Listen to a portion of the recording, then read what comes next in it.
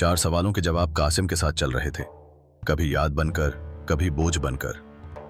अब उसके अंदर एक अजीब सी खामोशी थी, न भूख, न डर, न ही जल्दबाजी। उसे महसूस हो रहा था कि आखिरी सवाल किसी रास्ते पर नहीं मिलेगा, किसी शहर में नहीं, किसी इंसान में नहीं, वह कहीं बाहर नहीं, वह अंदर होगा।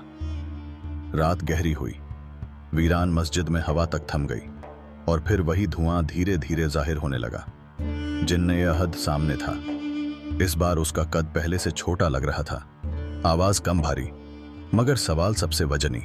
उसने कहा, इंसान, यह आखिरी सवाल है, न इसके बाद कोई सफर है, न कोई मोहलत। बता, वह क्या है जो इंसान को बादशाह भी बना देता है और गुलाम भी, जो उसे सजदे तक ले जाता है और गुनाह तक भी, मगर खुद कभी नजर नहीं आता? अगर तूने इसमें गलती की तो यह सवाल तुझे मुझसे नहीं, खुद से हारवा देगा। जिन्न पीछे हटा और बोला, इस बार कहीं मत जाना, अगर तू चला तो समझ लेना तू हार गया। धुआं थम गया, कहां से मुड़कर नहीं गया। वह मस्जिद के सहन में जमीन पर बैठ गया। पहली बार उसके पास कोई रास्ता नहीं था, सिर्फ खुद था। उसने आंखें बंद की। पहले उसने अपनी इच्छाएं देखी, नाम, इज्जत, तारीफ, फिर अपना गुस्सा जब लोग उसे न समझे, फिर अपना डर जब वह अकेला हो, फिर अपना घमंड, मैं जानता हूं, फिर अपनी कमजोरी, मुझसे नहीं होगा। हर आवाज उसे खींच रही थी, कभी ऊपर कभी नीचे। उसे बच्चा याद आया जिसे उसने रोटी दी थी, उसे मजदूर याद आया जिसकी सांस रुकी थी, उसे कारीगर याद आया जिसने सच दिखाया था, उसे मां के हाथ याद आए जो कांपते थे मगर थकते नहीं थे। हर याद के पीछे एक ही चीज थी। कासिम ने आंखें खोली।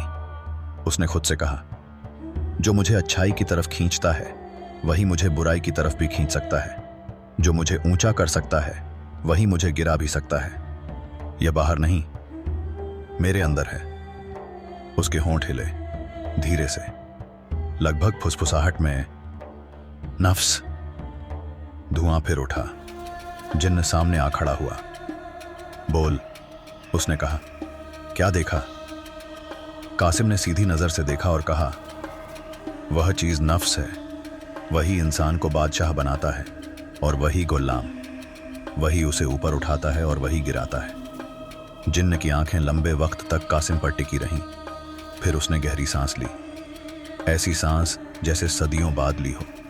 उसका जिस्म हल्का होने लगा, धुआं रोशनी में बदलने लगा।